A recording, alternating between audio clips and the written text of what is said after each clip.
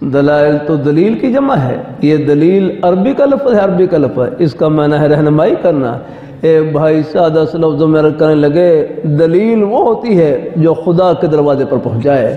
دلیل وہ ہوتی ہے جو گنبد خضرا کے سائے میں پہنچائے.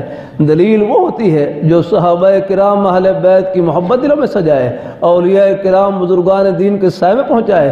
اور جو دلیل خدا کے دروازے سے دور کر دے، گنبد خضرا کے سائے سے محروم کر دے، صحابہ کرام اہل بیت کی محبت میں فرق ڈال دے، اور مائیں لگے یہ دلیل نہیں، اس میں جہنم کا دھواں آنا.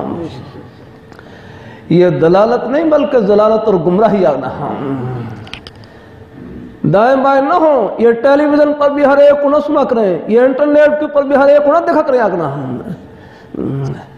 یہ بڑے فتنہ ہی عرض کرتا رہتا ہوں. ڈاکٹر کی غلطی ڈاکٹر نکال سکتا ہے، انجینئر کی غلطی انجینئر نکال سکتا ہے. کون فتنہ کہاں پر زہر ڈال رہا ہے، اس کے لیے خادم ہمارے چٹائیوں کو طلبا ہے. یہ ہمارے اکابی یہ خادم الحمدللہ. ہر جگہ ہوشیاری کام نہیں آتی، اپنے بڑوں کے سائے کی بڑی ضرورت.